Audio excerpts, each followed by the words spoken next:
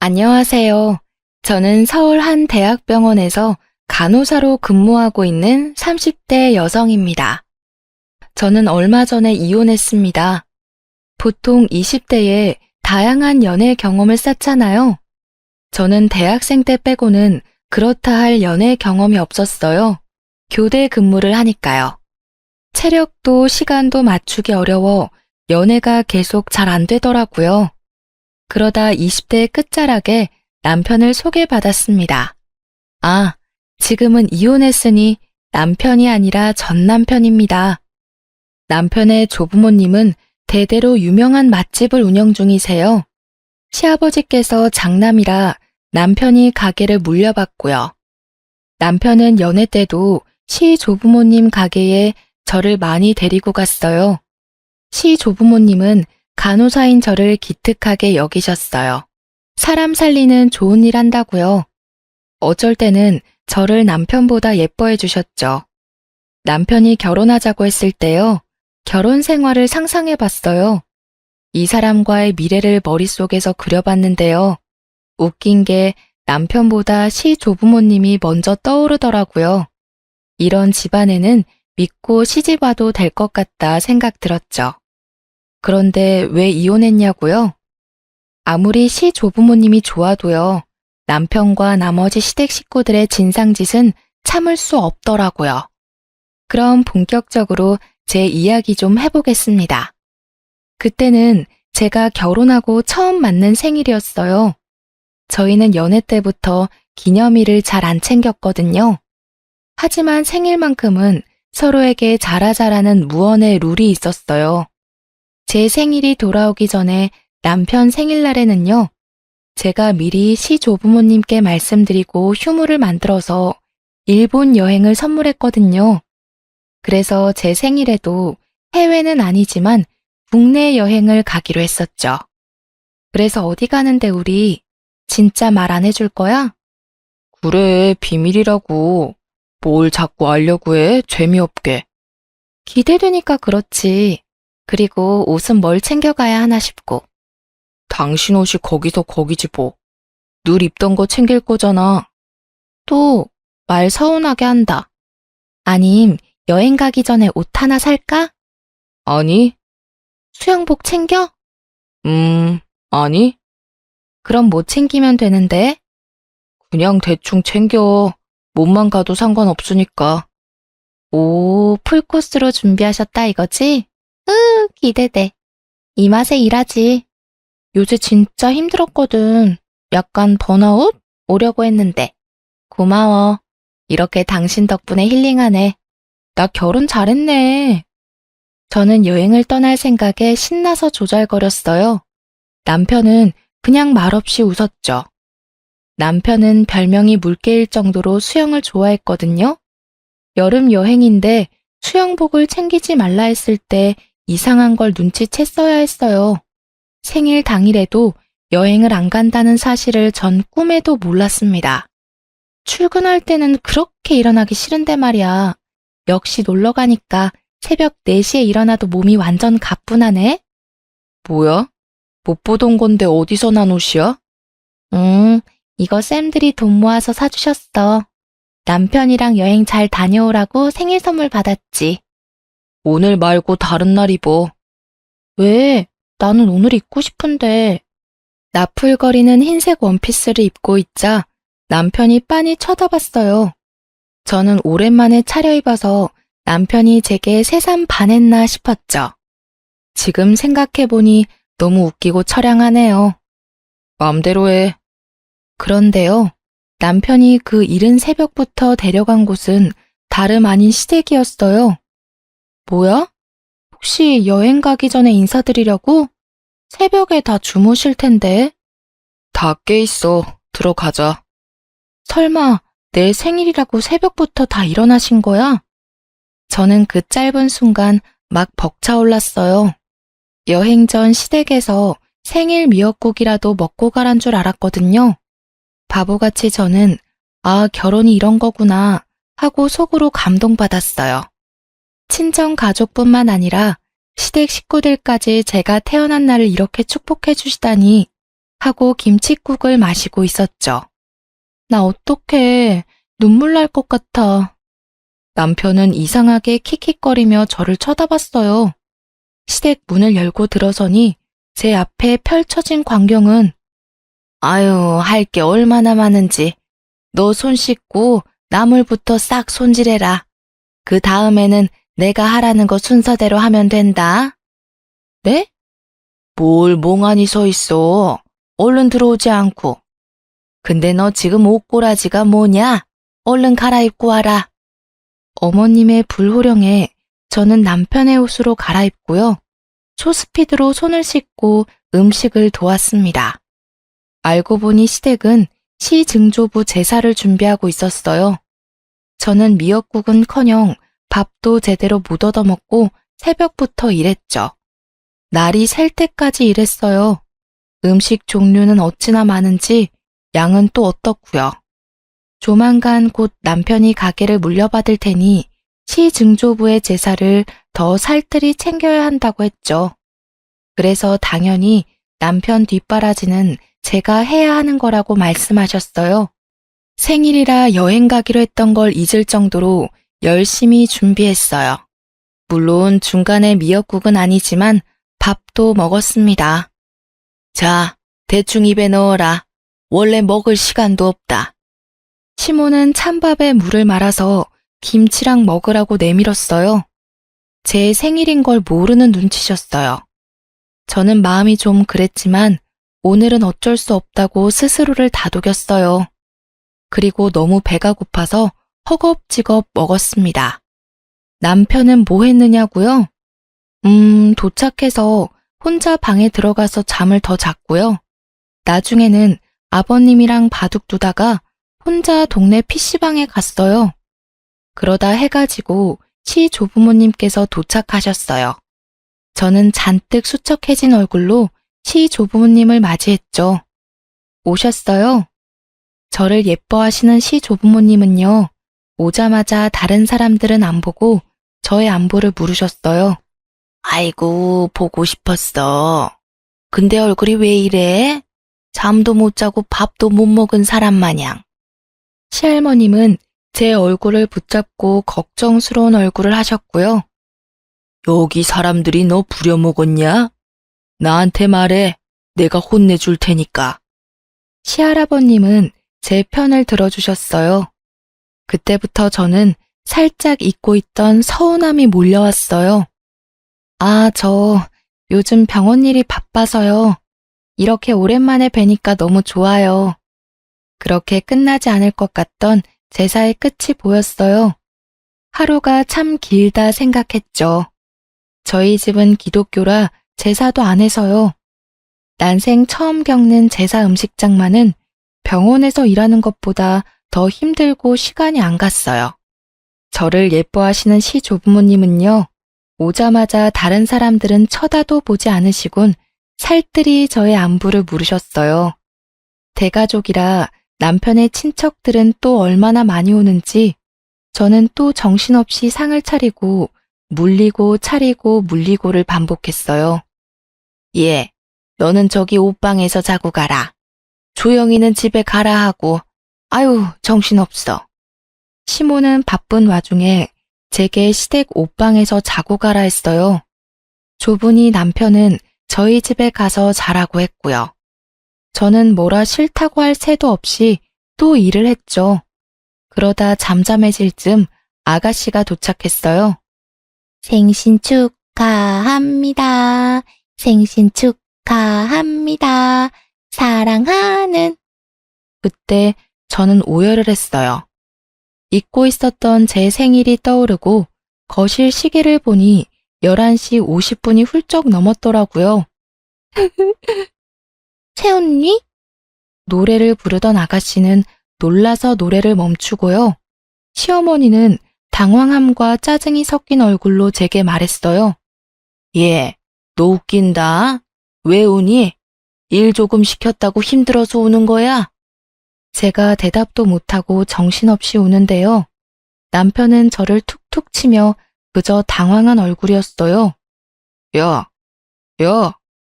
그 순간에도 챙겨주는 건 시조부모님 뿐이었죠. 시할아버님이 제 등을 토닥거리며 말씀하셨어요. 어이구, 우리 아가. 왜 너가 더 감동받아서 울어? 네? 할아버님 생신이세요? 저는 울다가 어리둥절한 표정으로 시할머님을 쳐다봤어요. 응? 그것 때문에 운 거 아니야? 어머, 그럼 왜 운 거야? 너희 시모가 너 괴롭혔니? 내가 혼내줄까? 아가, 너무 고생했지? 돌아가신 시부모의 시조부모의 시증조부의 내가 미안하다.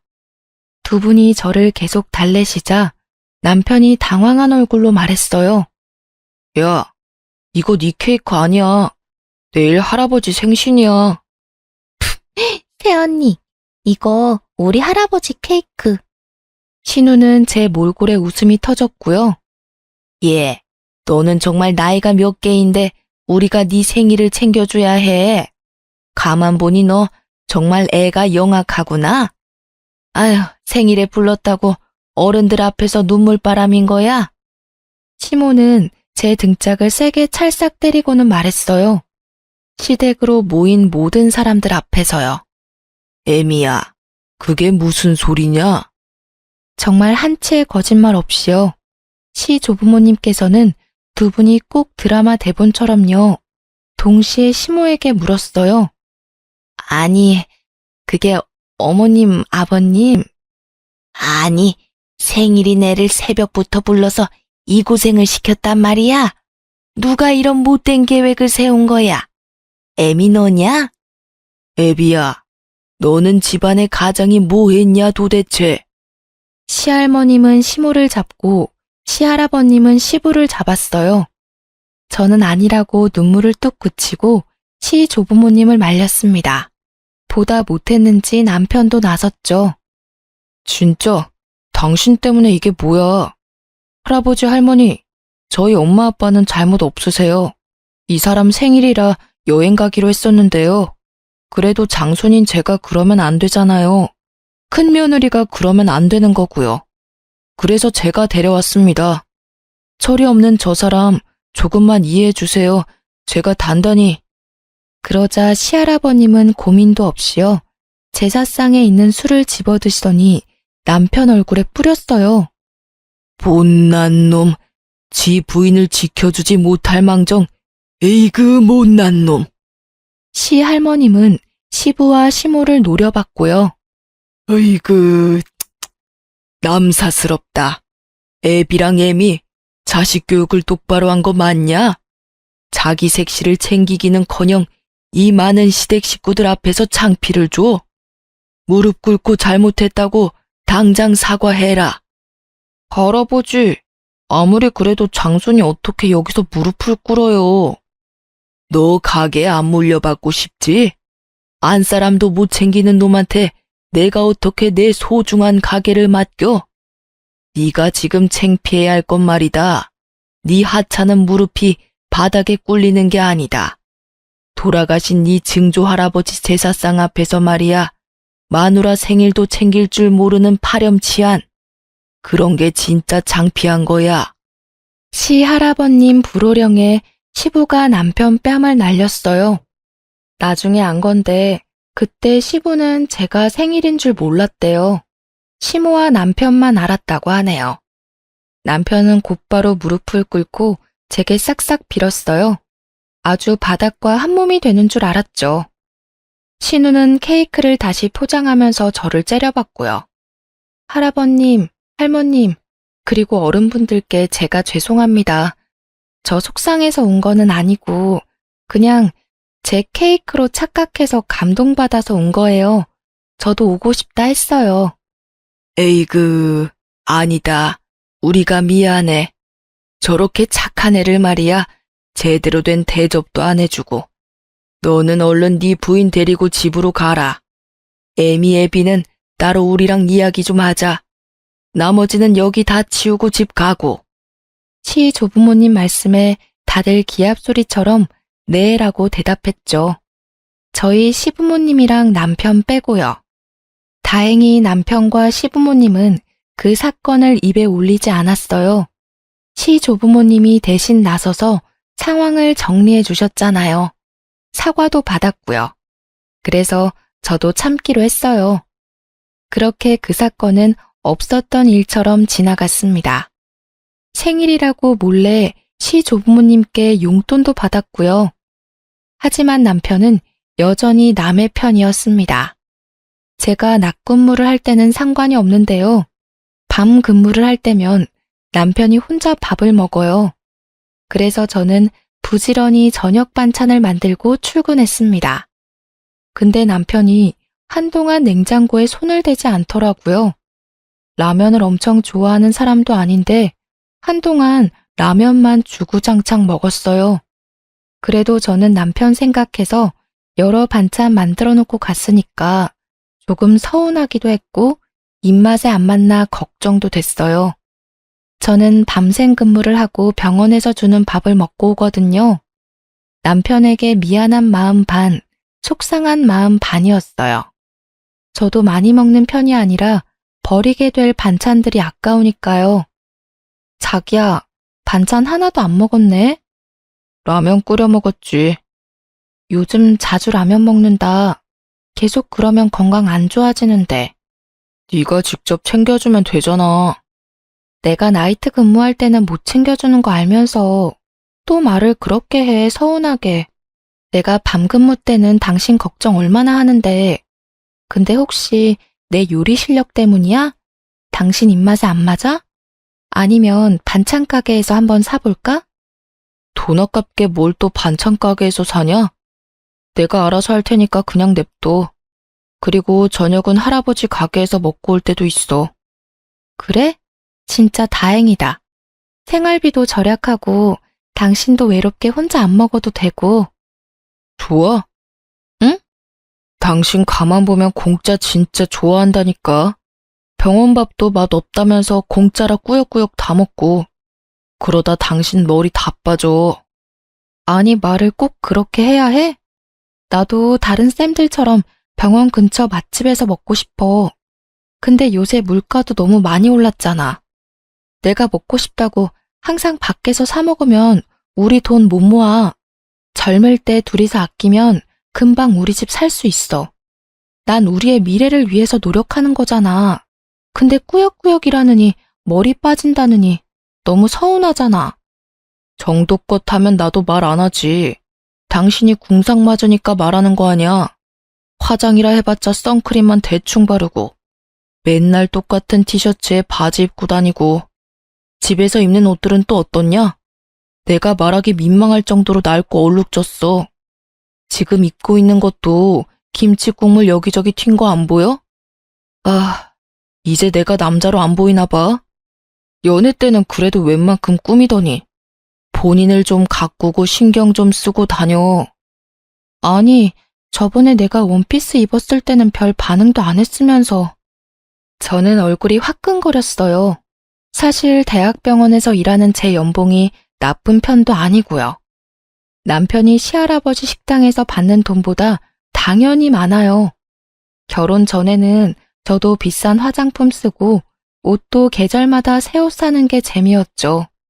근데 이제는 결혼도 했고 아무래도 유니폼이 있는 직업이다 보니 출퇴근용 옷 말고는 옷을 잘 안 샀어요. 결혼한 순간부터 제 머릿속에는 지금 절약하면 금방 집 살 거야 라는 생각이 박혀버려서 쇼핑은 낭비라고 생각했거든요. 근데 남편이 그런 식으로 이야기하니 많이 서운했습니다. 또 한편으로는 내가 너무 남편에게 편하게 보였나 싶었죠. 저는 남편의 차가운 반응에 옷을 사야겠다 마음먹었네요. 평생을 함께할 사람이잖아요.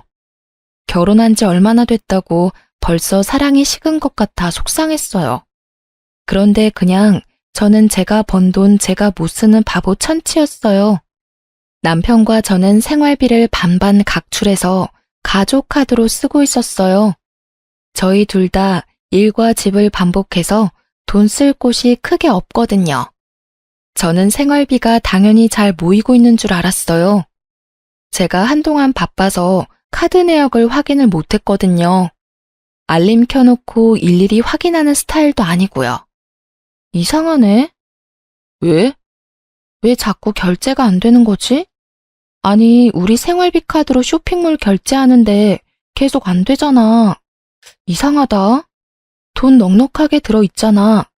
나 옷 고른 거 다 해봤자 7만 얼마밖에 안 하거든. 야, 너는 왜 네 옷을 생활비 카드로 쓰냐? 네 개인 용돈으로 사야지. 남편은 눈을 부라리며 제게 짜증을 냈어요. 아니, 나는 당신이 내가 똑같은 옷만 입고 다닌다고 하니까 여름 옷 몇 개 사려고 했지. 그리고 이 카드로 사면 몇 퍼센트 더 할인해 준다잖아. 내가 알아서 확인해 볼게. 그냥 네 카드로 사. 별걸 다 신경 쓰이게 하네. 뭐야? 왜 잔고가 이것뿐이야? 당신이 썼어? 뭐가? 아씨, 그래. 내가 좀 썼다. 우리 각자 개인 용돈은 어쩌고. 모자라니까 썼지. 아니, 당신이 돈 쓸 데가 어딨다고. 혹시 누구 돈 빌려줬어? 그런 거 아니야. 남편은 입을 꾹 다물었어요. 그러면 뭔데? 아니다. 내가 직접 확인할게. 하, 이게 다 뭐야? 땡땡 소고기집, 땡땡 일식, 땡땡 대게, 땡땡 레스토랑? 여기 호텔 안에 있는 레스토랑이잖아. 너 설마 바람 피우니? 저는 다리에 힘이 풀려서 그 자리에 주저앉아 버렸습니다. 야, 바람이라니. 뭔 말 같지도 않은 소리야. 부쩍 퉁명스러워지고 며칠 전 꿈이라 했던 말도 전부 바람나서 그렇다고 생각했죠. 근데 다행히 바람은 아니었어요. 새언니, 제가 음식 사진 다 보낼게요. 오빠 저랑 밥 먹은 거예요. 저 독립했거든요. 언니 바빠서 몰랐죠? 자취 시작한 지 얼마 안 됐거든요. 저 혼자 밥 먹으려다가 오빠도 언니 없어서 혼자 먹는다 해서 같이 먹은 거예요. 에이, 바람이라뇨. 언니, 우리 오빠 절대 그럴 사람 아니에요. 아가씨, 그런 거였어요? 오빠가 말을 안 해서 독립한지도 몰랐네요. 암튼 다음에 얼굴 한번 봐요. 으이그, 바람은 무슨. 교대 근무해서 막 잠설치고 하니까 이성적인 판단이 안 돼? 미안해. 아니, 최근 결제 내역 잠깐만 봐도 전부 데이트할 법한 비싼 식당들이잖아. 다 남자 혼자 갈 식당들도 아니고. 근데 내가 바람으로 오해한 건 정말 너무 미안한데 당신은 나한테 사과 안 해? 왜 자꾸 나만 나무라냐? 애초에 당신이 생활비 카드 이렇게 쓴 거 말도 안 했잖아. 게다가 나한테는 항상 라면 먹는다 거짓말했었고. 적반하장이네. 그래서 신랑 의심한 건 잘한 거니? 아니 내가 열심히 일해서 동생이랑 밥 먹겠다는데 네가 그걸 왜 말려? 내가 동생이랑 밥 한 끼도 못해? 게다가 일일이 언제 다 말하냐고. 넌 교대 근무하느라 대화할 시간도 잘 없는데. 누가 동생이랑 밥 먹지 말래? 당신 용돈으로 사주면 되잖아, 능력껏. 그리고 밥 한 끼가 아니라 여러 끼잖아. 매번 외식하면 우리 돈은 언제 모으냐고. 나는 옷 몇만 원 그것도 돈 아까워서 쇼핑몰에서 사는 거, 그거 생활비 카드로 쓰지 말라며. 근데 당신은 왜 생활비 카드로 펑펑 쓰는데? 그리고 내가 이 말까지는 안 하려고 했는데 내 생일에는 시댁 제사 데려가 놓고 동생은 평소에도 맛집 잘만 데리고 다닌다고? 내 남편은 누구야? 너 맞아? 에이씨, 너도 그럼 펑펑 쓰던가. 너 그렇게 안 봤는데 뒤끝 장렬이다 진짜. 평생 생각날 일이지. 내 생일은 뒷전이고 시댁 제사 지내게 한 남편인데 여행 간다는 말이나 하지 말던가. 사과했잖아. 사과 받았는데 뭘 또 언급해?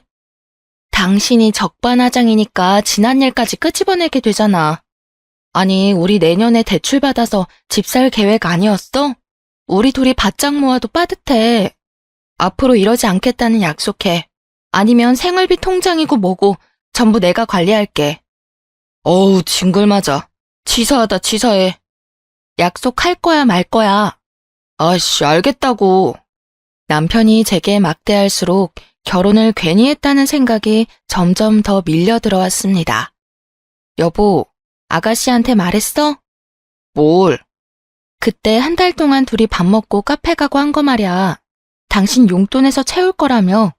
아가씨한테 말했어? 돈 쓴 거 반은 돌려받는다며. 아, 진짜 치사하게. 너는 정말 왜 그래? 네가 그럴수록 나 좀 정 떨어져. 난 당신이 해결할 것처럼 굴었으니까 묻는 거잖아. 아니, 나도 마찬가지야. 정은 당신만 떨어지는 줄 알아? 난 이 결혼 점점 후회돼. 피차 일반이다. 일 가는 사람 아침부터 건드리지 마. 너만 이래? 나도 이래. 밤새도록 일한 사람한테 너 한 번이라도 수고했다는 말 해준 적 있니? 진짜 출근길 재수없게. 연애 때 제가 알던 남편의 모습은 다 사라지고 없었어요. 좀 무뚝뚝하기는 해도 막말을 하는 사람은 아니었거든요. 저는 오후에 출근해야 하는데 속상한 마음에 잠도 안 오더라고요. 그때 친정오빠한테 전화가 왔습니다. 오빠, 웬일이야? 맨날 바쁘다더니 먼저 전화를 다 하고. 주진아, 있잖아. 오랜만에 전화해서 이런 부탁해서 미안한데. 친정오빠는 사업을 하고 있어요. 오빠가 열심히 할수록 점점 규모가 커지더라고요. 갑자기 회사 몸집이 커지면서요. 생각지 못한 결제 대금 1억이 추가적으로 필요한 거였어요. 오빠는 친정 부모님께 5천만 원을 빌리고 저에게 나머지 5천만 원을 빌려달라고 부탁했어요. 그런데 저는 연금저축이랑 적금 다양하게 돈을 쪼개놔서요. 당장 5천만 원이라는 큰 돈을 바로 턱 빌려줄 수 없었죠. 그때 깨달은 게 내 수중에 없는 돈은 내 돈이 아니다였죠. 오빠도 대출을 받기 전에 기한이 조금 남아서 제게 먼저 전화한 거였어요. 이자도 좀 넉넉히 쳐준다고 했고요. 당연히 이자 때문은 아니지만요. 오빠를 도와주고 싶었어요. 오빠 성격이 부모님께나 저에게 부탁하는 사람이 아니거든요. 처음으로 한 부탁이었어요. 남편에게 사정을 말하자 못 돌려받는다고 길길이 날뛰더군요. 형님 회사 망한 거 아니냐고 오바를 떨더라고요. 아니 여보, 우리 오빠가 돈 떼먹을 사람이야? 빌려줘서 못 받을 걱정하지 마. 그리고 우리 결혼식 때 오빠가 5천만 원 해준 거 기억 안 나? 만에 하나 못 받아도 다시 오빠 돈 돌려준다고 생각하면 되잖아. 야, 우리한테 들어왔으면 이미 우리 돈이잖아. 아니, 당신 가만 보면 진짜 웃긴다. 난 여동생이랑 밥도 한 끼 못 먹게 하면서 당신 오빠는 뭐 5천만 원? 웃기고 자빠졌네. 그거랑 이거랑 왜 비교해? 같이 쓰고 모으는 돈을 함부로 쓴 건 당신이잖아. 나는 지금 당신이랑 상의를 하는 거고. 상의가 아니라 통보 아니야? 5천만 원 빌려줄 거라고 말하고 있잖아. 아니, 나도 지금 당장 5천만 원 현금으로 만들기 어려워. 그래서 말인데 당신이 좀 빌려주면 안 돼? 내가 갚을 테니까. 뭐? 장난해? 그리고 그만한 돈 너도 없는데 내가 있겠냐? 아파트 전세 보증금에 들어간 돈 때문에 더더욱 저희는 현금이 없었어요. 아니면 어머님한테. 야, 네 오빠한테 들어가는 돈은 친정에 빌려. 무슨 시댁을 언급하고 있어? 근데 말이 아다르고 어다른 거잖아. 왜 그렇게 역정을 내면서 사람 무안하게 해? 나 아직 빌려달라 말도 안 꺼냈거든? 그냥 내가 알아서 적금 다 깨던지 병원에서 대출이라도 받아서 오빠 빌려줄게. 야, 그러기만 해. 너 이혼하고 싶으면 그렇게 해. 그 순간 저는 저희가 혼인신고했던 날이 떠올랐어요. 그때 기념으로 적금을 따로 안 들고 2,500만 원씩 같이 저금했었거든요. 아, 그 5천만 원. 왜 그걸 완전히 잊고 있었지? 무슨 5천만 원? 우리 신혼여행 외국으로 안 가고 국내 갔잖아. 그 돈 아껴서 혼인신고 기념으로 5천만 원 통장 만들었잖아. 당신도 완전 잊었지? 내가 왜 그 돈을 깜빡했지? 괜찮지? 응? 오빠가 일주일 쓰고 바로 준댔어. 여보, 한 번만 도와주면 안 될까? 안 돼. 절대 안 된다고. 야, 몇 번 말해. 이 돈이든 저 돈이든 다 안 돼. 가족끼리 금전거래 하는 거 아니야. 난 그렇게 배웠어. 서운해도 어쩔 수 없어. 알았다, 알았어. 그럼 내 몫인 2,500만 원이라도 쓸 거야. 그 부분은 나도 양보 못해. 내가 아무리 결혼했다지만 오빠도 여전히 내 가족이라고. 당신도 아마 아가씨가 이런 부탁하면 거절 못할걸? 아니, 난 거절할 수 있어. 그렇게 한바탕 더 싸우고 결국 돈 문제는 해결을 못했어요. 그런데 어머님이 알았는지 전화가 왔더라고요. 예, 친정 오빠가 5천만 원이 필요하다며? 어머니 어떻게 하셨어요? 내가 빌려줄 수 있어. 근데 조건이 있다. 네, 어머니 감사합니다. 어떤 조건이요? 간호사 그만둬. 네? 저요? 여기 집안에 간호사가 너뿐인데 뭘 또 묻니? 조만간 조형이 식당 물려받을 텐데 네가 내조를 해야지. 설마 혼자 그 큰 식당 운영하게 만들 셈이었니? 5천만 원 빌려줄 테니 병원에 사직서 내고 와. 어머님, 그게 무슨 말씀이세요? 제가 멀쩡히 다니는 병원을 왜 그만둬요? 싫어요. 절대 그렇게 못해요. 저는 제 직업에 자부심 느끼면서 일해요. 아니, 넌 네 직업만 직업이고 우리 대대로 물려받은 식당은 하찮은 거냐? 정중히 몇 번이나 거절하니 어머님은 며칠 내내 저를 계속 괴롭혔어요. 그냥 돈 빌려줄게 하시고는 시댁 모임에 불러내서요. 제가 가면 투명인간 취급을 하더라고요. 시부 아가씨 남편도요. 제가 갑각류 알러지가 심해요. 대게찜, 생새우회, 게장 이런 음식점만 데리고 가서 배부르게 먹더라고요. 저는 가까이 가서 냄새만 맡아도 간지럽거든요. 언니, 되게 맛있어요. 언니는 안 먹어요? 신우는 저를 농락하듯 말했어요. 아, 저 갑각류 알러지 있는 거 알잖아요. 그러니까요. 미안해요. 근데 우리 식구들이 워낙 이런 걸 좋아하니까 별 수 있어요? 근데 그거 말고도 먹을 거 많잖아요. 죽도 있고 콘치드도 있고. 튀김 있네. 그렇게라도 먹어요. 시부 시모도 물론 끝도 없이 저를 모욕하더군요. 어쩜 너는 식성도 안 맞는 애랑 결혼해가지고. 그러게요, 여보. 근데 얘, 너네 친정은 5천만 원도 없니? 참, 네가 없는 집에서 고생이 많았겠다. 간호사도 겉만 번지르르 하지 서비스직이잖아. 그만두고 남편 도와라. 아버님, 제가 어머님께도 말씀드렸지만요. 절대 그렇게 못해요. 제가 제 청춘 다 바쳐서 얻은 직업이고요. 저는 오래오래 일하고 싶어요. 저 간호사 하면서도 남편 내조 열심히 할 수 있어요. 얘, 너 정말 웃겨. 너 돈 빌리려고 없는 말도 잘한다. 교대 근무라 반근무할 때는 신랑 밥도 못 차려주면서. 그러니까 엄마. 그래서 내가 오빠랑 밥 몇 번 먹어줬잖아.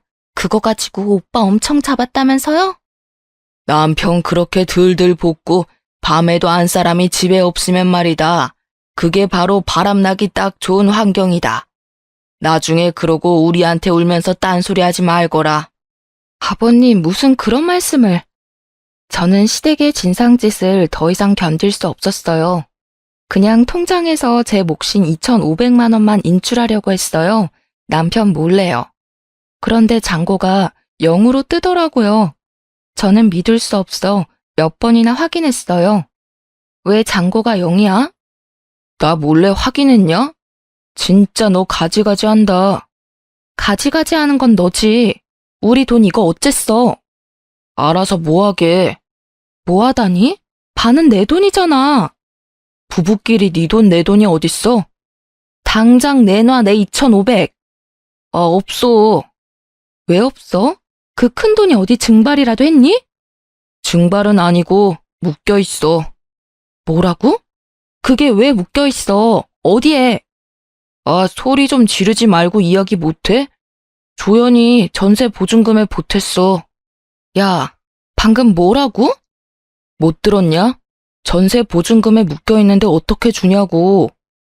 알고 보니 남편이 신우가 자취하는 전세 보증금이 모자라 빌려줬던 거예요. 세상에, 너 진짜 양심 없다. 너네 가족들 정말 웃긴다. 네 엄마 아빠한테 말해서 당장 받아. 내 돈 내놔라고. 야, 너가 나한테 일전에 뭐라고 했어? 뭐 가족끼리라도 금전 거래를 안 한다고? 우리 오빠는 절대 못 빌려주게 하더니 넌 몰래 뒤에서 상의도 없이 내 돈을 아가씨 줘? 장난하니? 아, 그래놓고 허구한 날 불러서 다 같이 날 괴롭혔어? 난 알러지 때문에 죽을 수도 있는데 전부 절대 가만 안 둬.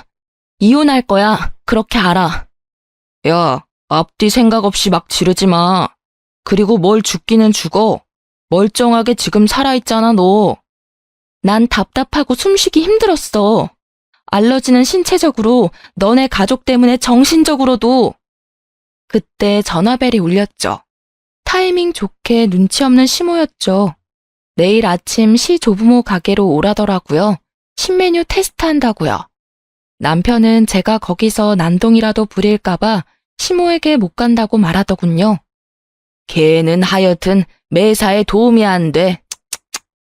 시모는 또 제 흉을 보더라고요. 남편은 제게 말했죠. 일단 내일 다시 얘기해. 가게 올 생각 말고. 다음 날 저는 시 조부모님 가게에 갔습니다. 모든 시댁 식구들이 모여 있었어요. 영업 시작하기 전에 다 같이 신메뉴 테스트를 하고 있었거든요. 남편은 제가 오니까 눈이 엄청 커지더라고요.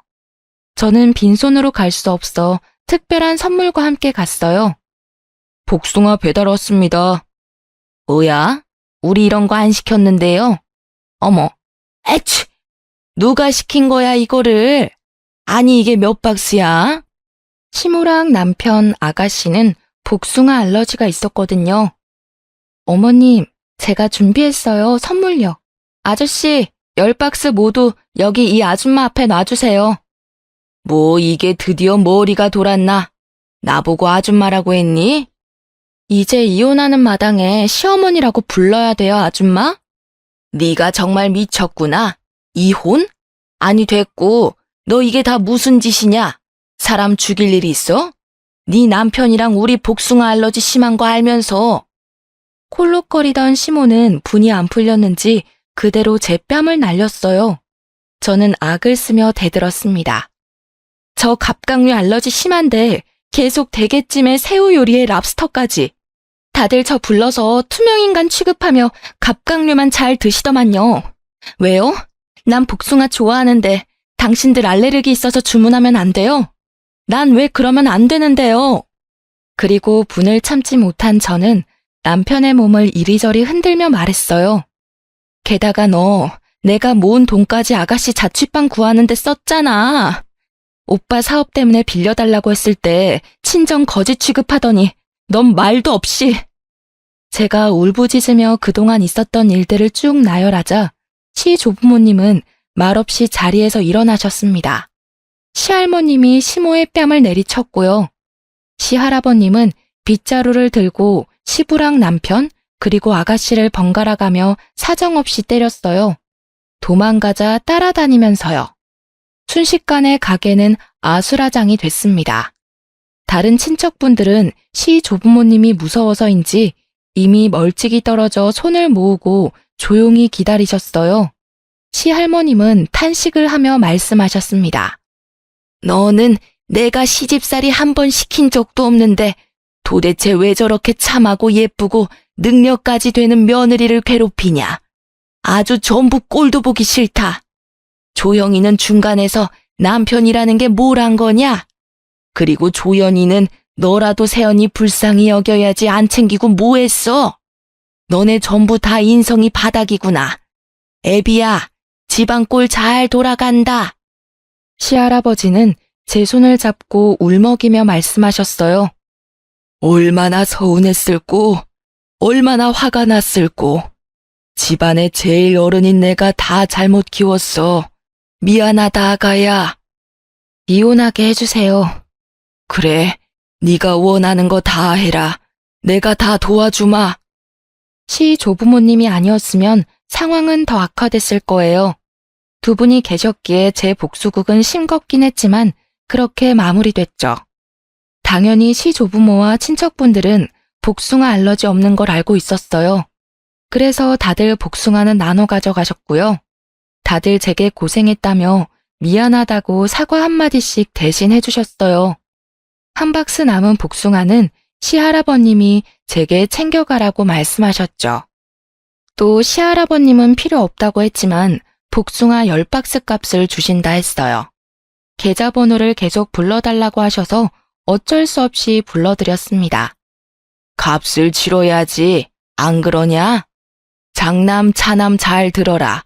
이 가게 장손이고 뭐고 못 물려준다. 오늘부로 차남에게 줄 테니까 네가 잘 운영해 봐라. 아버지! 그 말에 시할아버님이 아닌 제게 모두 다가왔어요. 남편이랑 시부, 시모 아가씨까지 제 바짓가랑이를 잡고 늘어지더라고요. 시모는 울고요. 시부는 울기 직전이었어요. 아가씨는 부모님이 그러니 자기도 동참하는 듯 했어요. 남편은 정말 사색이 되어 싹싹 빌더라고요. 그런 얼굴은 정말 처음 봤어요. 나중에는 제가 안 받아주자 제가 한 말이 거짓말이라 어서 말하라고 하더라고요. 당장 할아버지한테 가서 거짓말이라고 해라. 거짓말한 게 없는데 왜 제가 그런 거짓말을 해야 하나요? 너가 그렇게만 해주면 이혼하고 위자료 넉넉히 챙겨주마. 아니요, 필요 없습니다. 시부모는 시조부모님 앞에서는 미안하다고 손이 발이 되도록 빌더니 역시 또 제 앞에서는 본색을 드러내시더라고요. 남편도 마찬가지였어요. 너 때문에 우리 가족 인생 다 망했어. 풍비박산 났다고. 제발 할머니랑 할아버지한테 가서 네가 설득해. 내가 잘못은 했지만 이런 취급 받을 만큼 잘못한 거는 하나 없다고. 야, 넌 내 돈 2,500만 원이나 준비해. 전 제 몫에 2,500만 원이나 내놓으라고 했죠. 아가씨는, 아니 전 신우는 자기 자취방을 위협받자 제 머리채를 휘어잡으려고 했죠. 순간 다가온 아가씨의 손을 저는 확 비틀어 버렸습니다. 아, 이거 안 나? 이 미친! 야, 어딜 감히 내 몸에 손대려고 해. 같이 경찰서 가고 싶어? 나? 아, 노라고! 하필 너 같은 게 우리 집에 굴러 들어와서. 그러게, 하필 나같이 귀한 사람이 악취나는 너희 집에 들어와서 이게 무슨 꼴이라니? 뭐라고? 이게 진짜. 제가 팔을 더 비틀자 신우는 울먹이며 놔달라고 하더군요. 아, 놓으라고. 진짜 아프다고. 아프니까 언니 내 팔 그만 비틀어요. 까불지 마. 찾아오지 마. 바뀌는 건 없으니까. 우리 2번 다시는 얼굴 보지 말자. 그리고 그 나이 먹고 오빠랑 부모님한테 빌붙지 말고 빨리 취업해서 네 인생 살아. 알겠니? 언니가 인생 선배로서 조언해주는 거야. 너 불쌍해서. 웃겨? 신우는 제 쪽으로 침을 뱉더니 쏜살같이 도망쳤습니다. 정말 마지막 모습까지 진상이더군요. 처음에는 남편이 이혼 도장을 계속 안 찍어주더라고요. 시할아버님이 변호사를 고용해 주셔서 이혼도 다 처리해 주셨어요. 2,500만 원도 돌려받았고요. 오빠 사업도 잘 되고 있어요. 시할아버지한테 복숭아 값으로 5천만 원 입금 받았거든요. 액수가 잘못됐다고 돌려드리려고 전화했지만 금액이 정확하다고 말씀하셨어요. 제가 못 받는다고 말씀드렸더니 새 인생 살기에는 적은 돈이지만 아가, 그걸로라도 마음 풀어라. 앞으로 좋은 일만 생길 게야. 그러면서 안 받으면 이혼 안 도와주신다 해서 잠자코 받았습니다. 그래서 오빠한테도 돈을 빌려줄 수 있었죠. 지금은 오빠가 이자까지 야무지게 쳐줘서 통장에 잘 간직하고 있답니다. 시 조부모님, 아니, 이제는 그냥 남이지만 그 식당이 진짜 맛집이라 저는 가끔 가서 밥도 먹고 있어요. 심지어 제 덕분에 형 대신 자기가 물려받았다고 밥값도 안 받으십니다. 진짜로 남편이 안 물려받아서 너무 고소했어요. 근데 진짜 시댁은 물려받을 가게만 생각하고 그동안 모아둔 돈도 없이 알거지라 하더군요.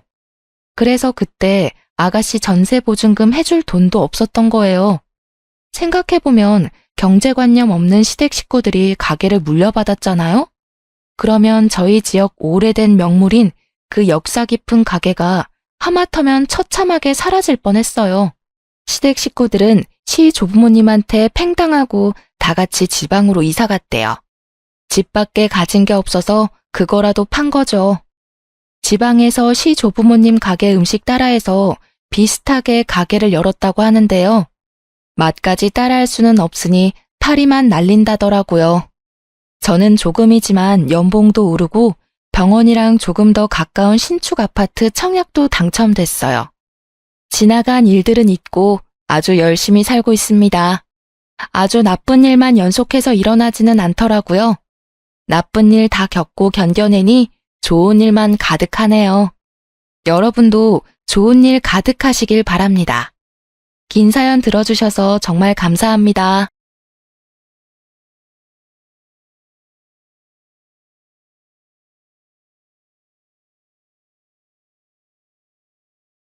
안녕하세요. 용산에 살고 있는 33세 여자입니다. 전 이혼한 지 이제 막 1년이 넘었어요. 제가 이 나이에 이혼녀가 되어 있을 거라고는 상상도 못했어요. 요즘 아무리 이혼이 흠이 아니라고 하지만 제가 이혼할 줄은 전혀 몰랐거든요.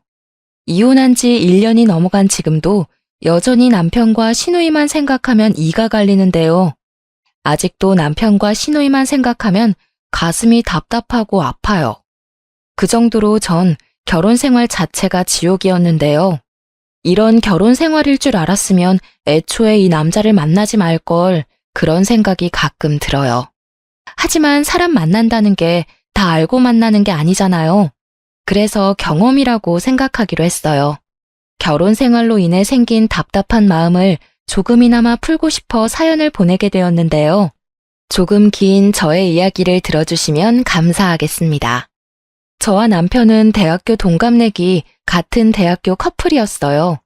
20대 초반에 만나서 남편과 6년이나 연애했었네요. 군대까지 기다리며 남편과 전 정말 이쁜 연애를 했습니다. 아무래도 장기 연애라서 혼인신고만 안 했지 이미 부부다라고 말할 정도였어요. 연애를 했었을 당시에 남편에게 문제가 있을 거라고는 상상조차 하지 못했어요. 남편에게 누나만 3명이 있다고 들었는데 애교가 많고 가끔 잘 삐지는 거 보면 아, 막내 티가 나긴 하는구나 이런 느낌만 받았지 이게 저희 연애에 걸림돌이 된 적은 없었어요. 여자라면 누나가 많은 남자랑 결혼한다는 게 쉽지 않은 일이잖아요. 근데 저는 연애할 때 크게 신경 쓰지 않았어요. 시누이가 있는 주변 사람들 이야기를 들었을 때도 크게 와닿는 게 없기도 했고요. 그 당시에는 상상이 잘 안 가서 그런가 크게 걱정이 되진 않았어요. 하지만 왜 사람들이 누나 있는 남자를 그렇게 선호하지 않는지 알겠더라고요. 주변 친구들은 제 남편이랑 결혼하는 거 다시 생각해보라고 한 적이 있었는데요. 사실 남편이 저와 연애할 때는 좋았던 사람이었지만 친구들한테 이기적이고 철없는 사람으로 통했어요. 그 사실을 뒤늦게 알게 됐었고요. 지선아, 너 결혼하는 거 다시 생각하면 안 돼? 왜? 무슨 일 있어? 대학교 다닐 땐 아무래도 아는 사람들이 많다 보니까 다들 쉬쉬하는 분위기였는데 지금은 대학 졸업도 했고 눈치 볼 필요도 없으니까 솔직하게 말할게. 현식이 대학교 다닐 때 소문 좀 안 좋았다. 눈치 없고 철딱선이 하나도 없다고. 너도 알잖아. 현식이 과제 하나도 안 하고 항상 무임승차했던 거. 게다가 술 마시고 항상 선배한테 개기고 여자 후배들한테 찝쩍거리고. 에이, 설마. 현식이 그런 사람 아니야. 너가 잘못 들은 거겠지. 조별 과제도 제대로 해오지 않고 고기를 먹을 때도 먼저 나서서 고기를 구워본 적도 없는 사람이에요. 한마디로 눈치가 없는 사람이었죠. 게다가 누나만 위로 3명이 있다고 하니까 왜 그런 호랑이 소굴로 시집을 가려고 하냐. 연애만 하고 절대 결혼하지 말라고 말하더군요. 그때 친구들 말을 들었어야 했나 봐요. 대학교 다닐 때 제가 괜히 상처받을까봐 다들 저한테 말을 하지 않은 거였다고 해요. 결혼한다고 하니까 지금이나마 다시 생각해보라고 말해준 거라고 하는데 그때 왜 친구들 말을 듣지 않았던 걸까요? 그때 남편한테 콩깍지가 제대로 씌었나 봅니다. 콩깍지가 제대로 씌었기도 했지만 사실 연애할 때 남편은 저에게 나쁘게 한 게 없기 때문에 친구들 말만 믿고 6년 연애를 그만할 순 없었어요. 그리고 누나가 많은 가정 환경도 다복하고 화목한 집안이겠다며 긍정적인 생각을 가졌어요. 연애 기간이 길었지만 가족을 마주한 적도 없었으니 남편 한 명만 보고 결혼을 결심한 거였죠. 그런데 예상치 못한 곳에서 문제가 터졌습니다. 동거를 단 일주일도 하지 않고 결혼식을 올린 게 문제였죠. 다들 여자가 시집도 가기 전 동거부터 한다면 쌍수를 들고 반대하잖아요. 전 이번 계기로 무조건 동거는 필수 과정이라고 느꼈습니다. 솔직히 결혼은 평생 한 사람과 같이 사는 거잖아요. 붙어있는 시간이 그만큼 길어지는데 생활 습관 같은 걸 꼭 확인하는 게 맞다고 생각했네요. 네, 저는 그걸 못해서 뼈저리게 후회했습니다. 남편의 생활 습관 자체가 저와 너무 맞지 않아서 스트레스를 많이 받았어요. 세상에 이렇게 무능한 남자가 다 있을까 싶을 정도로 남편 존재 자체가 미워졌었는데요. 여보, 이거 설거지 해놓으라고 몇 번을 말해.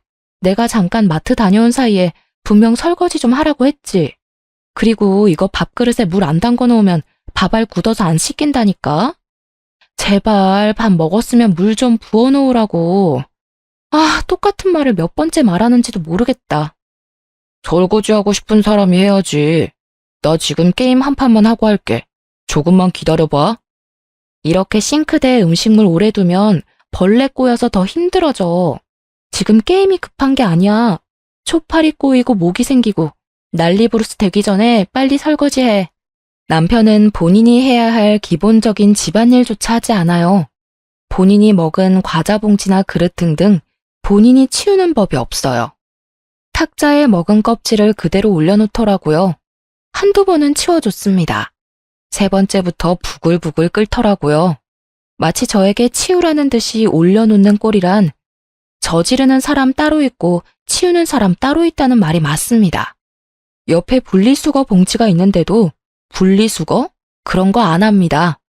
하라고 시켰더니 조금 있다가 본인이 내킬 때 하겠다고 하더라고요. 한마디로 치우기 귀찮다는 거죠. 신혼 초에는 라면조차 끓이는 법을 몰라서 저한테 하나하나 배웠습니다.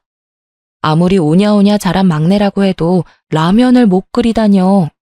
게다가 설거지 요령도 없어서 싱크대가 물바다가 되거나 그릇만 수십 개는 깨졌습니다.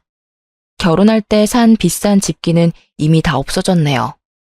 처음엔 남편이 다치지 않았을까 걱정이 많이 됐었는데 결혼 1, 2년 차가 넘어갈 때부턴 또 지랄이다 하라고 그냥 대수롭지 않게 넘겼어요.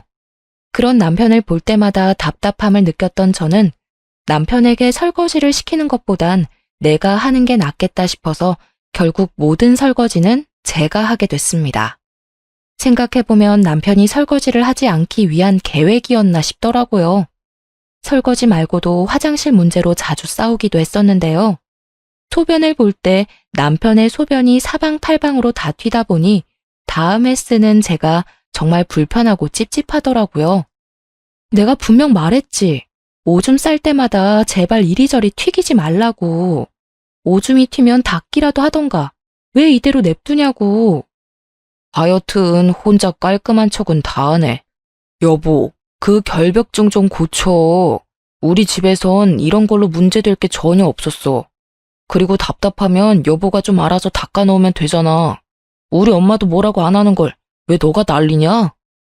이제 한평생 나랑 살아야 하는데 언제까지 엄마 엄마 하면서 지낼 거니? 이제 내가 싫다고 하는 건 고치는 척이라도 해. 너 나이가 몇 살인데 애처럼 굴고 그래? 왜? 아니 고작 이런 일로 화를 내는 너가 예민한 거 아니야? 우리 20년 넘게 다르게 생활했던 사람이야.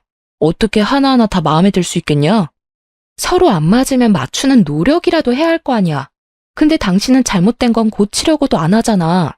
난 그게 싫고 짜증난다고. 남편이랑 생활 습관 자체가 180도 달랐어요. 아무리 게으른 사람이라고 해도 그렇지 남편의 행동은 전부 무개념 그 자체였답니다. 내가 싫다고 하면 고치려고 하는 척이라도 해야 하는데 고칠 생각 전혀 없다며 대놓고 말하는 태도가 정말 어이없더라고요.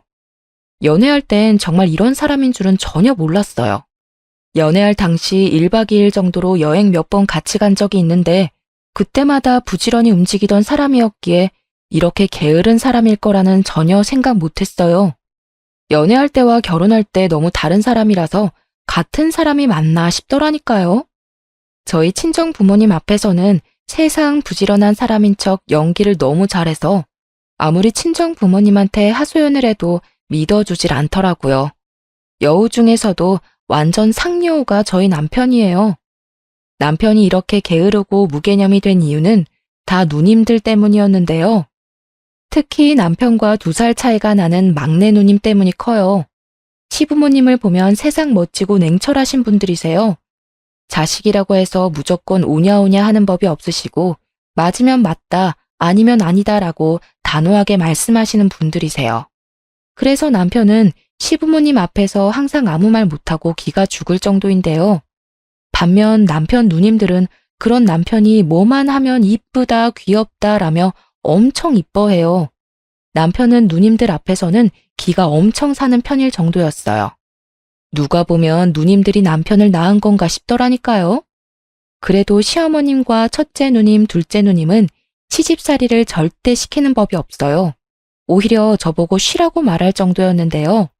그래서 말로만 듣던 시누이 짓에 대한 걱정이 사라지게 됐었는데요. 하도 주변 사람들이 시누이는 시어머니보다 더 심하다는 말을 들은 적이 몇 번 있어서 조금 겁을 먹은 상태였거든요. 그렇지만 첫째, 둘째 누님만 보고 안심할 수는 없었어요.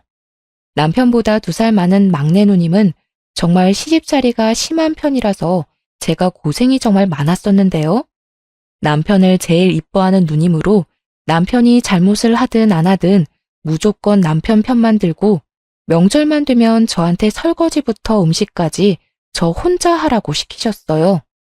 옳게, 우리 엄마가 과일 깎는 거 안 보여? 왜 보고만 있어?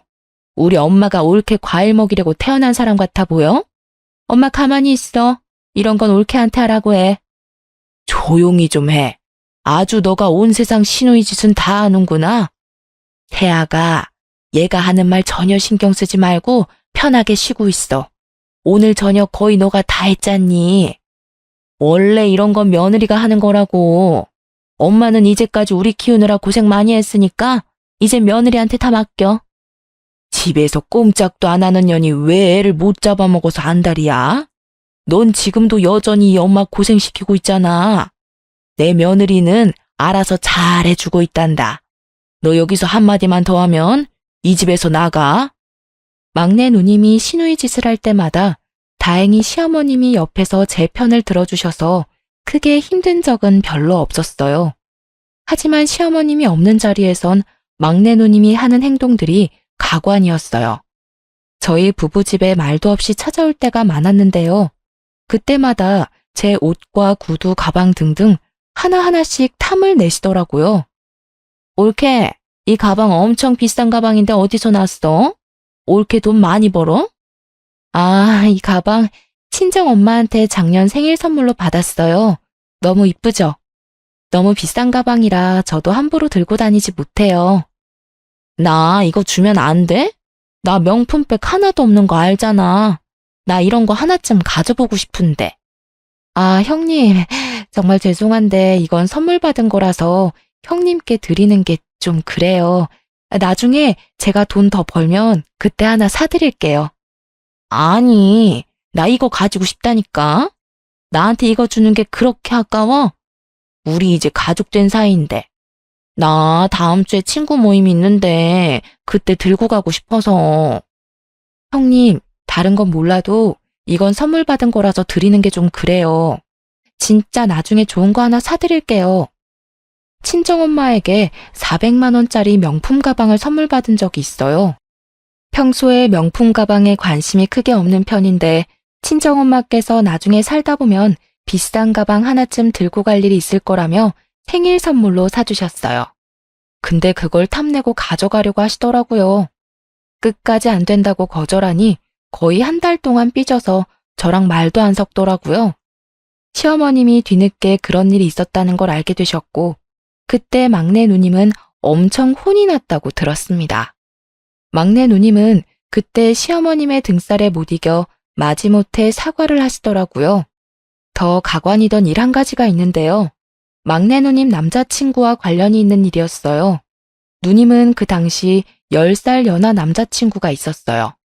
30살이 넘은 형님께서 20대 초반 남자친구를 만나고 있으니 엄청 놀랬는지 가족에게 철저히 비밀로 남자친구를 만났는데 우연히 길에서 마주치는 바람에 남자친구가 있다는 걸 모든 가족들이 알게 됐어요.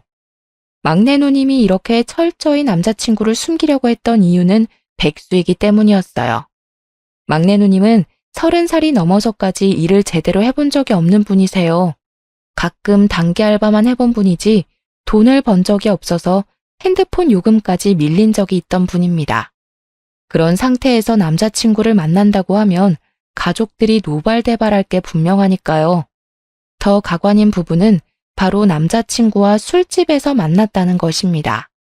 맥주 마시다가 만난 사이라고 하는데 알고 보니 남자 끼고 노는 노래방에서 만난 사이라고 하더라고요. 이 사실은 저만 알고 있었습니다.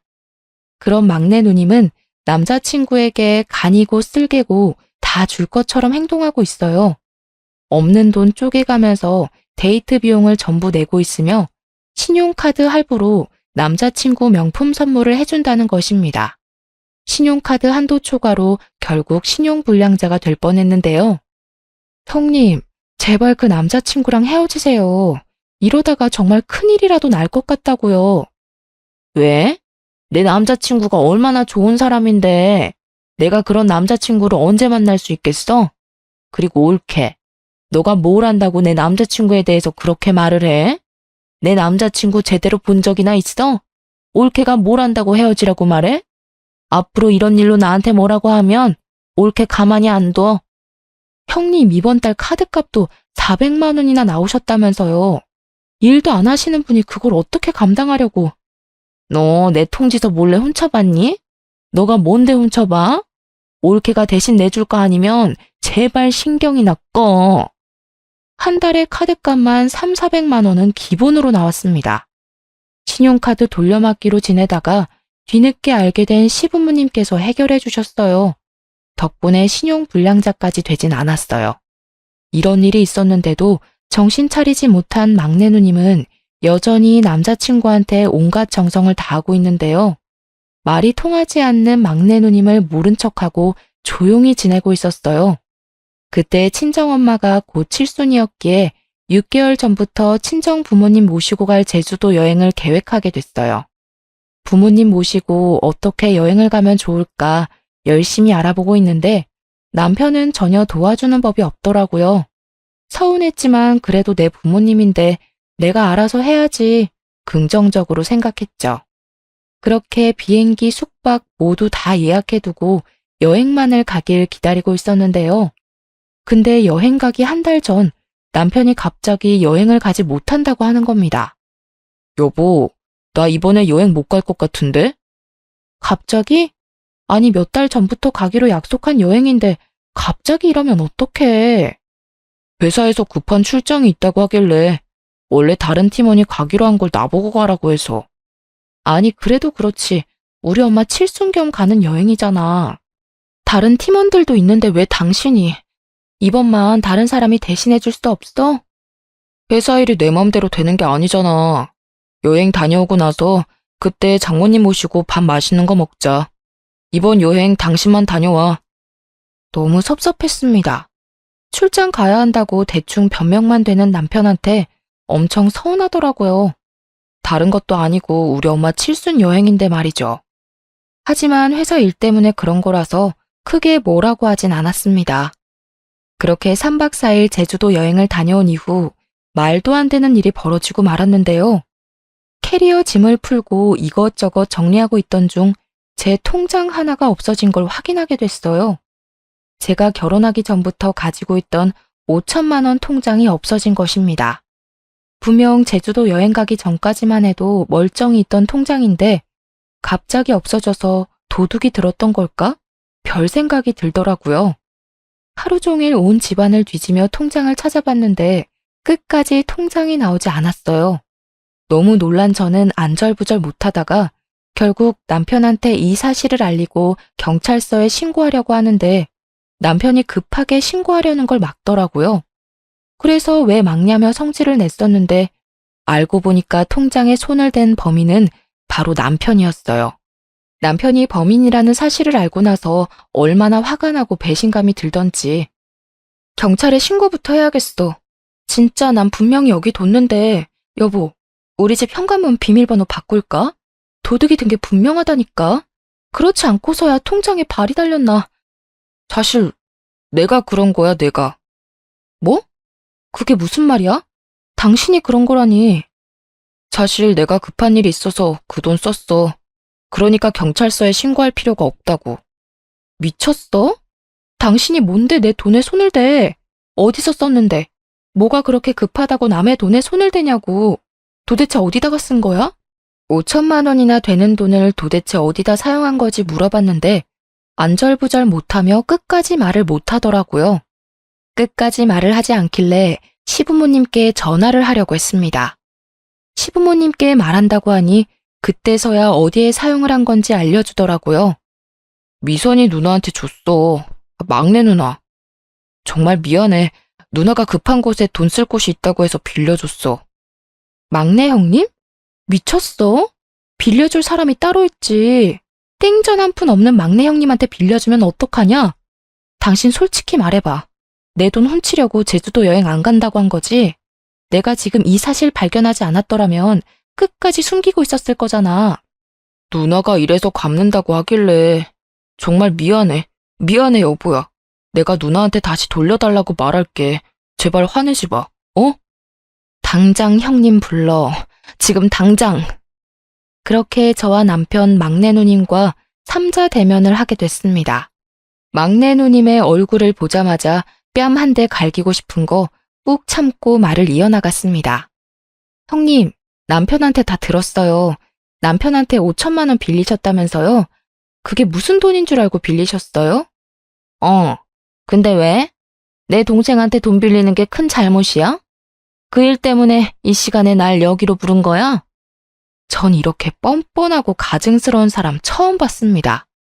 본인 동생한테 빌린 돈인데 왜 자기를 불렀냐며 뻔뻔하게 나오는 막내 누님 때문에 진짜 화가 치밀어 오르더군요. 가운데 앉아있는 남편은 눈치만 보며 기죽은 강아지처럼 앉아 있었습니다. 내가 이런 남자랑 6년을 연애하고 결혼을 했다는 게 정말 한심하더라고요. 과거로 돌아가서 이 결혼을 막고 싶은 심정이었어요. 그 돈은 제 돈이에요. 알고는 있으셨어요? 그 5천만 원이 올케 돈이라고? 5천만 원의 출처가 저라는 말에 당황한 막내 누님은 애써 당황하지 않은 척 포커페이스를 유지했었습니다. 형님, 그 5천만 원 당장 돌려주세요. 그 돈 빌려간 지 얼마 안 됐으니까 다 쓰진 않으셨을 거잖아요. 일단 일부라도 좋으니까 제 돈 돌려주세요. 저 형님한테 그 돈 빌려줄 생각 눈꼽만큼도 없어요. 당장 돌려주세요. 돌려주고 싶어도 못 줘. 그 돈 이미 다 쓰고 없는 상태야. 아쉽게 됐네. 나중에 천천히 갚을게. 앙칼진 목소리로 돈이 없다고 말씀하셨어요. 당장 돌려줄 돈이 없다며 배째라는 듯이 나오는 막내 누님 때문에 혈압이 오르다 못해 쓰러질 것 같았습니다. 갚을 능력이 없으면 빌리지도 말아야 하는 게 맞지 않습니까? 그럼 언제 갚으실 건데요? 형님 갚으실 능력은 되세요? 일도 한 번도 해본 적 없으신 분이 무슨 배짱으로 그 큰 돈을 빌리신 거예요? 이왕 말 나온 거 솔직하게 다 말할게요. 형님 이번 일 말고도 저희 부부 신혼 초일 때 남편한테 3천만 원 빌리신 적 있으시죠? 그게 벌써 2, 3년 전이에요.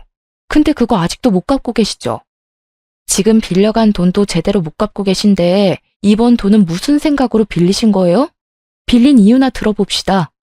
절대 말 못해. 급한 일이 있어서 쓴 거야. 아이씨, 갚으면 되잖아, 갚으면. 형님, 이번 일 제대로 말씀 안 하시면 저 가만히 안 있을 거예요. 지난번에 카드값 때문에 시어머님, 시아버님한테 된통 혼나셨죠? 이번 일까지 아시게 되면 형님 큰일 나요. 그러니까 제가 이거 다 시부모님께 말씀드리기 전에 저한테 솔직하게 말하세요. 남자친구 때문이야, 남자친구 때문. 남자친구가 급하게 쓸 돈이 있다고 해서 빌려달라고 하더라고. 근데 올케도 알다시피 내가 그 큰 돈이 어딨어? 그래서 현식이 얘한테 빌렸던 거였는데 그 돈이 올케 돈인 줄은 전혀 몰랐어. 미안해. 내가 늦더라도 꼭 갚을게. 형님, 제가 그 남자랑 분명 헤어지라고 했죠. 예전에 이 사람한테 빌려갔던 돈도 남자한테 뺏겼다면서요. 근데 이번에도 정신 못 차리고 남자한테 또 뺏긴 거예요. 그 돈 절대 못 돌려받아요. 아니야. 다음 달 안으로 꼭 갚는다고 했어. 이번에 내 말 한 번만 믿어줘. 내가 그 돈 돌려받는 대로 올케한테 바로 갚을게. 형님, 됐고요. 저 이번 달 안으로 꼭 받아야 되겠어요. 그리고 당신, 나랑 이혼할 준비나 해. 나 도저히 당신이란 사람이랑 못 살겠어. 뭐? 이혼이라니? 여보, 이런 일로 이혼은 아니지. 제발 한 번만 봐줘라. 어? 내가 진짜 이런 일 없도록 할게. 꼭 이번 일 때문에 이혼하려는 거 아니야. 솔직히 나 당신이랑 결혼하고 나서 많이 힘들었어. 당신 때문에 얼마나 힘들었는 줄은 알아? 이제까지 얼마나 오냐오냐 하면서 자랐길래 할 줄 아는 집안일이 없어? 내가 당신 식모도 아니고 내가 모든 일 도맡아서 하고 게다가 당신이 나한테 했던 행동, 태도, 말투 정말 미치도록 열받았어. 그래도 당신 사랑하니까 이제까지 사귄 정이 있으니까 고쳐지겠지 수없이 생각하면서 참아왔어. 근데 이건 참는다고 해서 다 해결될 일은 아니라고 생각해. 우리 여기서 이혼하는 게 맞아. 전 남편에게 이혼을 통보한 후 간단히 짐을 싸고 한동안 친정집에 가 있었습니다. 도저히 남편 얼굴 보고 살기 싫더라고요. 이 순간 남편과 지낸다면 화병이 생겨 죽을 것 같더라고요. 친정집에 있는 동안 생각 정리를 하려고 했습니다. 과연 이 결혼 생활을 유지하는 게 맞는지요? 보름 정도 친정집에 있으면서 남편에게 온 전화 모두 받지 않았었습니다. 남편이 친정집까지 찾아왔었는데 친정엄마가 그런 남편을 잘 달래며 돌려보내기도 했어요. 그렇게 혼자 밤낮 가릴 거 없이 고민하고 또 고민하고 있었는데 시어머님께 전화 한 통이 왔었습니다. 만나서 얘기하자면서요. 그렇게 주말에 시댁에 찾아갔었습니다. 시댁에 시부모님은 물론이고 누님 세 분 전부 다 있더군요. 그 사이에 있던 남편은 정말 눈물 콧물 다 흘리며 있더라고요. 저를 보자마자 남편이 다가와 대성통곡을 하더군요. 저도 처음 보는 남편의 모습에 당황해버렸어요. 남편은 저랑 정말 이혼이라도 할까봐 너무 무서웠다며 잠을 제대로 자지 못했다고 하더라고요. 그런 저를 보자마자 눈물부터 흘리더군요. 세아가 애들한테 어느 정도는 들었다. 이혼이라니 절대 이혼 못한다. 도대체 어떤 일이었길래 이혼까지 한다는 소리가 나와. 얼만큼 들으신 거예요, 어머님? 전부 다 들으신 거 맞으세요? 현식이가 너 돈에 손을 댔다는 정도만 들었다. 도대체 무슨 일이길래 그러니? 어머님, 이왕 이렇게 된 거 제가 직접 말씀드릴게요. 이 사람이 제 5천만 원에 손을 댔더라고요. 근데 그게 다 막내 형님 때문이었어요. 어머님도 아시죠? 막내 형님 남자친구. 그 남자친구 때문에 이 사람한테 돈을 빌려달라고 한 거였더라고요. 근데 남편은 저한테 말도 없이 제 돈을 빌려준 거였고요. 저 남편도 남편이지만 막내 형님 때문에라도 이혼하는 게 맞다 생각해요. 저 이 집에 시집 오고 나서 남편이랑 막내 형님 때문에 정말 힘들었어요. 남편은 집안일 전혀 신경 쓰지 않았어요. 할 줄 아는 게 전혀 없는 사람이더라고요. 할 줄 모르면 하려는 노력이라도 하면 모를까. 오히려 제가 이 모든 집안일을 도맡아서 하는 게 당연한 거였더라고요. 그리고 어머님도 아시잖아요. 막내 형님이 이제까지 저한테 어떻게 해왔는지. 저 이제 힘들어서 못하겠어요, 어머님. 제 말을 들은 시부모님과 첫째, 둘째 누님들은 막내 누님과 남편의 등짝을 때리며 화를 내시기 시작했습니다. 남편은 그저 맞고만 있고 막내 누님은 뭐가 그렇게 서러운지 자긴 끝까지 잘못 없다며 서럽게 울더라고요. 아이처럼요. 가족끼리 고작 5천만 원 가지고 1억이야? 어? 올케도 참 독하다. 가족들 앞에서 꼭 이래야만 했어? 그런 형님은 저한테 왜 그러시는 거예요? 저 이제 형님 가족 안 하려고요. 당장 돈이나 갚으세요. 엄마, 당장 올케한테 돈 보내줘. 나 정말 숨막혀서 미치겠다고. 엄마, 제발. 너가 빌린 돈 내가 왜 갚아줘야 하니? 너 능력껏 빌린 돈 갚아라. 그리고 분명 엄마가 말했었지? 그 남자 절대 만나지 말라고. 넌 엄마 말이 개똥 같니? 왜 말을 안 들어? 남자한테 간이고 쓸개고 다 내주는 여자가 세상에서 제일 한심한 여자라고 몇 번을 말했어, 이거사. 너 앞으로 이런 식으로 살 거면 나 보고 살지 마. 전 이날 이후 집에 있는 모든 짐을 빼고 나왔습니다. 친정 부모님은 혼자 나가서 살 생각하지 말고 같이 살자고 하시더군요. 남편과 살던 집은 전세였었는데 다음 세입자를 구한 뒤 돌려받은 전세비는 제가 그대로 갚기로 했습니다. 그 전세값은 저희 친정 부모님이 빌려주신 돈이었기 때문에 제가 갖는 게 맞았습니다. 그리고 남편과 이혼을 준비하고 있는 과정에서 시어머님을 마지막으로 보게 됐어요. 시어머님이 절 마지막으로 꼭 보고 싶다고 하셔서 따로 만나게 됐었는데요. 세아가, 우리가 이렇게 된 게 참 마음이 아프다. 너가 현식이랑 갈라서기 전에 마지막으로 너 얼굴 보고 싶었어. 어머님, 저도 마음이 좋지 않네요. 어머님은 제가 보는 앞에서 6천만 원이란 큰 돈을 계좌이체 해주셨어요. 놀란 저는 돈을 거절하려고 했는데요. 하지만 어머님은 이 돈 꼭 받았으면 한다고 하셨어요. 이 돈 꼭 받아줘. 시엄마로서 마지막으로 해주고 싶어서 그래. 너가 우리한테 시집 왔을 때부터 얼마나 고생이 많았어. 내가 너희 결혼한다고 했을 때 도와준 것도 없어서 항상 마음에 걸렸어. 이 돈 받을 자격 충분하다. 부모로서 애들한테 줘야 할 돈 그냥 너한테 주고 싶어서 그런다. 우리 애들이 몸만 컸지 아직 철이 없어. 우리 막내 그동안 같이 살아줘서 고맙다. 이건 애들이 빌려간 돈이랑 별개로 주는 거니까 애들한테 돈 꼭 받아내. 이 돈 받았다는 거 애들한테 절대 말하지 말고. 저와 시어머님은 한참을 울었습니다. 사실 전 시어머님 덕분에 결혼 생활을 이어갈 수 있던 거였거든요. 친정엄마처럼 정말 잘해주셨습니다. 그런 어머님과 앞으로 못 볼 거란 생각에 정말 슬프고 그렇더라고요. 이 이후로 남편과 이혼하게 됐습니다. 처음엔 남편이 이혼하지 않으려고 엄청 떼를 썼는데 시댁에서 당장 이혼하라고 부추겼다고 들었어요. 그렇게 마지못해 저와 이혼을 하게 됐습니다.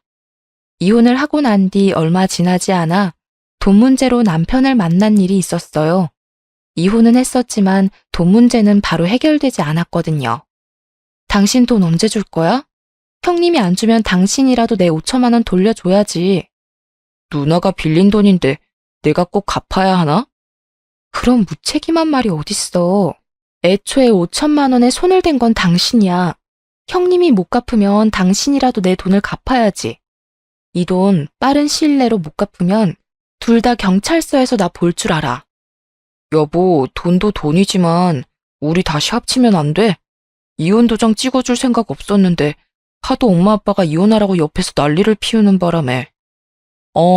우리 다시 합칠 일 절대 없어. 그러니까 나한테 여보라고도 부르지 마. 나 당신이랑 이 긴 세월 동안 같이 한 게 너무 후회스럽고 그래. 그러니까 내 돈이나 제때 갚기나 하셔.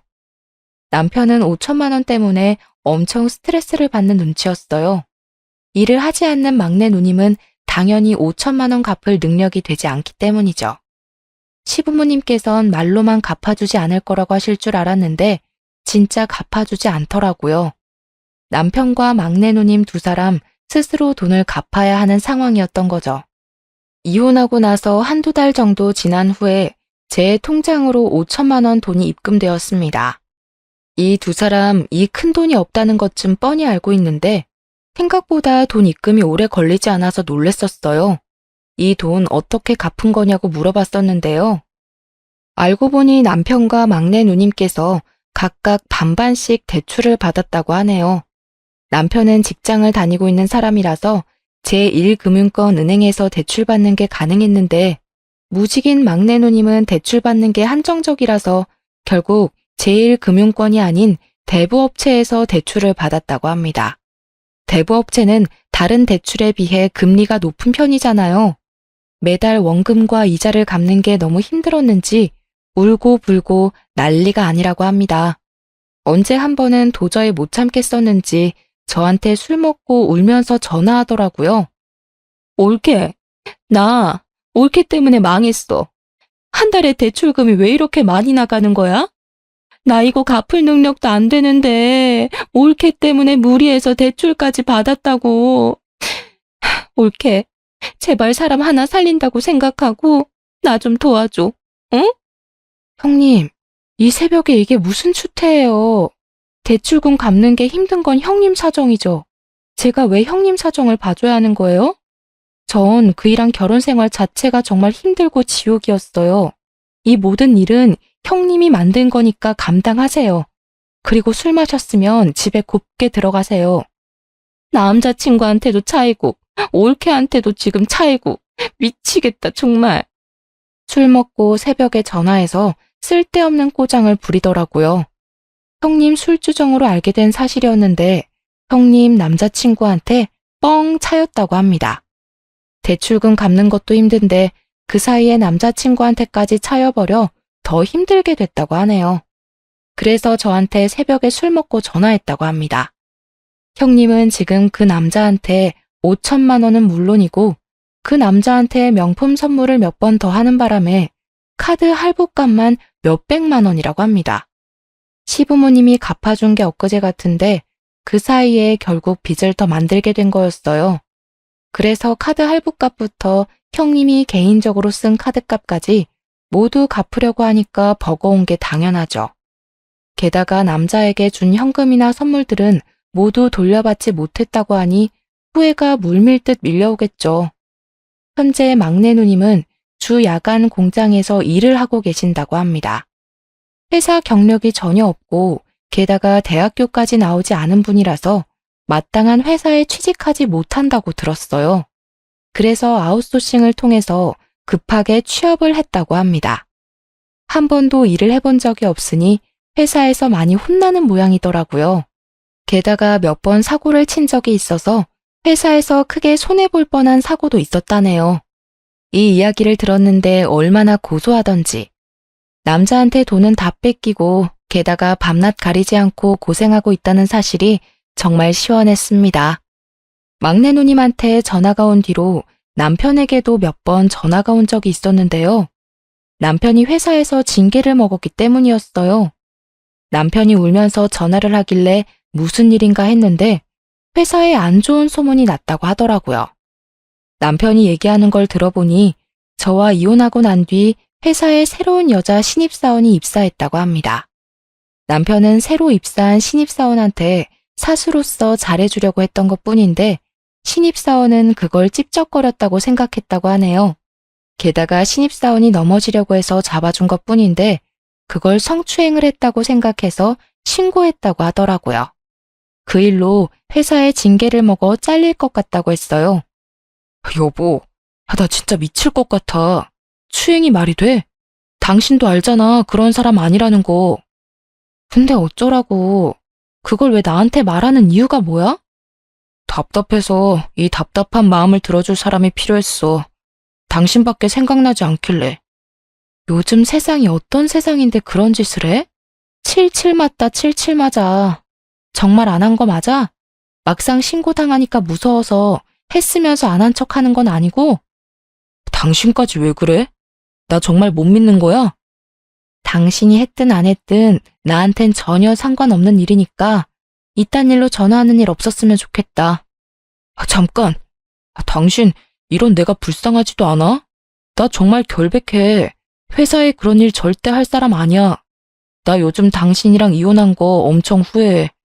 여전히 나랑 다시 합칠 생각 없는 거야? 이런 일이 있는 와중에도 나한테 재결합하자는 소리가 나오니? 나 당신이랑 다시 합칠 생각 죽어도 없어. 이제 당신 전화 받아줄 일 절대 없을 거야. 그러니까 앞으로 전화할 생각하지 마. 문득 그 생각이 들더라고요. 결혼 전 친구가 남편에 대해 얘기해 준 거요. 술만 마시면 여자 후배들한테 찝쩍거렸다고 하는데 그게 정말 사실이었다는 걸 이번 일로 알게 됐네요. 대학교 다닐 때 있던 버릇이 지금까지도 이어질 줄은 몰랐네요. 남편은 이 사건 이후로 지방에 있는 회사 작은 계열사로 발령받았다고 합니다. 게다가 감봉 처분까지 받았다고 하는데요. 신입사원 한 명 잘못 건드렸다가 크게 혼쭐 난 셈이죠. 더 웃겼던 건 남편과 막내 누님 모두 시부모님 유산을 못 받는다고 합니다. 시아버님은 땅이 몇 개 있으신 걸로 알고 있어요. 나름 땅 부자로 소문난 분이신데 원래 남편한테 50% 정도 물려주시고 남은 50%를 누님 세 분께 물려주신다고 했어요. 근데 남편과 막내 누님이 이번에 제대로 사고를 친 바람에 시아버님께서 그런 두 사람에게 제대로 실망하고 정이 뚝 떨어졌다고 합니다. 유산을 물려주지 않겠다고 선언하셨다고 해요. 남편과 막내 누님은 이런 일로 유산까지 못 주겠다는 게 말이 되는 거냐면서 엄청 화를 냈다고 합니다. 첫째, 둘째 누님들만 좋은 일이 된 거죠. 특히 돈 욕심이 많기로 알려진 막내 누님께서 크게 대들었던 모양이더라고요. 유산 문제 때문에 속상한 나머지 기절까지 한번 한 적이 있다고 들었네요.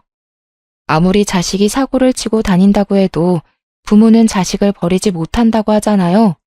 우리 시부모님은 다른 부모와는 달랐습니다. 막내 누님은 시부모님 댁에서 쫓겨났다고 합니다. 그 이후로 시부모님은 막내 누님께 연락을 하지 않는 상태라고 들었어요. 남편은 지방에서 발령나게 되면서 회사 기숙사에서 힘들게 지내고 있다고 해요. 두 사람이 아무리 힘들고 죽겠다 말해도 시부모님께서 절대 지원을 해주고 있지 않는다고 해요. 게다가 막내 누님께서도 공장에서 제공해주고 있는 기숙사에서 지내고 있다고 들었고요. 남편과 막내 누님 소식을 듣고 나서 속이 다 시원했습니다.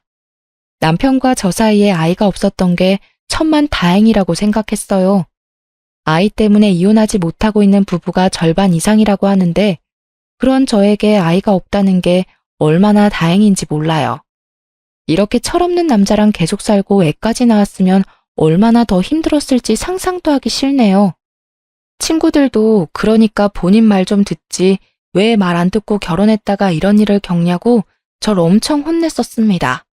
저 이번 계기로 뼈저리게 후회하고 있어요. 결혼이라는 제도는 사랑 하나만으로 결정해서는 안 되는 거라고 이번에 제대로 알게 됐어요. 전 이혼하고 나서 여전히 친정 부모님과 함께 지내고 있습니다. 사실 이혼하고 친정 부모님 얼굴 보는 게 정말 힘들었지만 친정 부모님께선 그런 시댁이랑 같이 사는 게 더 쪽팔린 거라고 잘했다고 말씀하셨어요. 전 현재 남편과 막내 누님한테 돌려받은 5천만 원과 시어머님께서 주신 6천만 원을 합쳐서 전 작은 동네 카페를 오픈해서 운영 중인데요. 처음엔 이 돈으로 뭐 할까 고민이 많았어요. 그렇게 긴 고민 끝에 카페 창업을 하기로 결심하게 됐는데요. 오래전부터 제 이름으로 된 가게 하나를 운영하고 싶었거든요. 장사가 어느 정도 잘 되는 편이라서 돈 걱정 없이 잘 살고 있는 중이에요.